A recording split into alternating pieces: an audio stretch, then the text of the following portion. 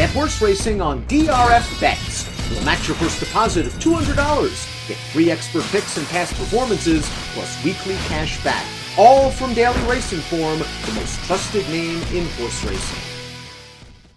Hi everyone, I'm David Aragona, and this is the January 18th edition of Horses to Watch, where we carefully analyze trips from the last week, looking for horses that encountered adversity and could be worth betting back when they run back in the future. This week I've got two races to take a look at, both from the same day, last Saturday, January 14th at Aqueduct, and actually two horses from the same stable, that of trainer Linda Rice. Let's begin with the fifth race from that Saturday, January 14th card. This was a maiden special weight event for the three-year-olds going 7 furlongs on the main track. We can break these horses from the gate, and I'm going to focus on the number 1 Ride Up, a first-time starter from that Linda Rice stable. And Linda Rice is a trainer who often gives her first-time starters a race first time out to get some experience, and I think that's what happened to this guy. You can see he breaks about a length slowly from the starting gate, and Jose Lezcano, his jockey, tries to rush him up into a position in contact with the rest of the pack moving down the backstretch, but you can see the pace isn't that fast. The field is pretty bunched, and he starts to get a little bit discouraged as he's getting that kickback in his face. And you can see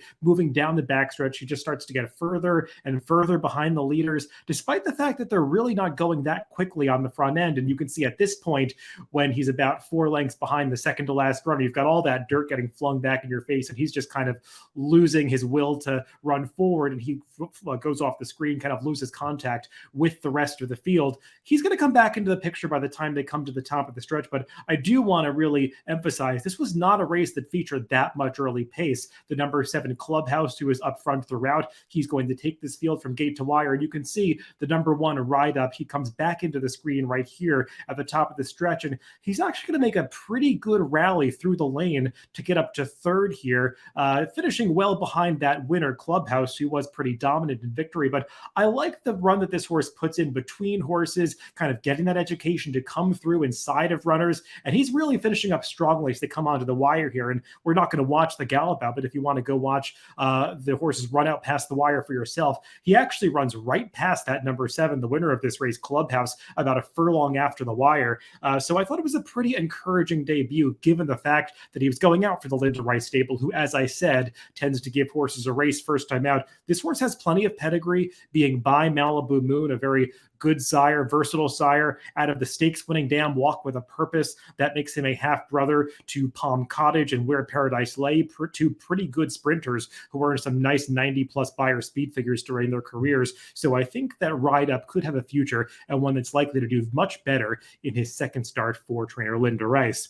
Let's move on to the last race, race 9 of that Saturday, January 14th card. This was an N1X allowance race going the 1 mile distance. Let's break these runners from the gate, and I want to focus on the number 2 Complete Agenda.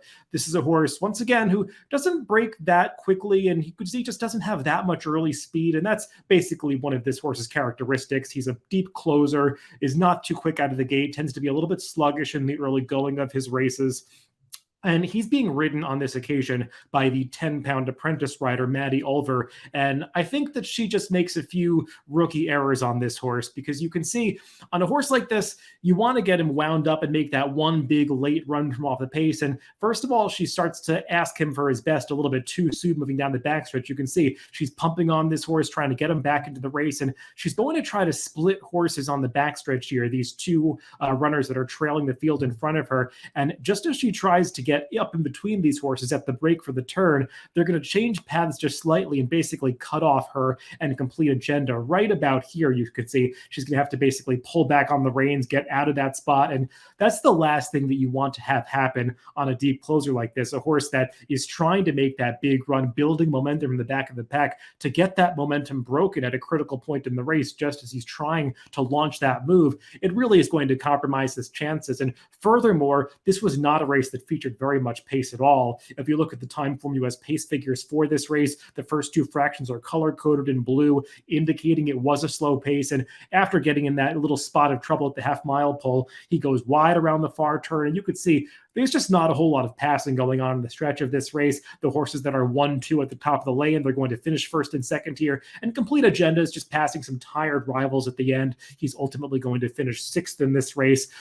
Complete Agenda was also coming back off a 1-week layup here. He had run just 7 days prior to this when he won a starter allowance race. And Linda Rice was getting pretty aggressive, as she does sometimes, running this horse back on short rest and moving up in class to the non-winners of one other than allowance level. I think this horse can be effective at this level, given a better set of circumstances, with getting a little bit more pace to close into, because he really is dependent on how fast they go up front. But I just think, given the short turnaround and the ride and trip that he got behind the slow pace, it was never going to work in this horse's favor. So I think we're going to see a much better effort from Complete Agenda when he comes back for his next start out of the Linda Rice barn. So those are all the horses to watch for this week. If you want to follow any of these runners moving forward, you can add them to your horse watch on DRF.com and get email notifications when these horses run back in the future. So thanks for tuning in this week, and make sure to catch future episodes of Horses to Watch on upcoming Wednesdays.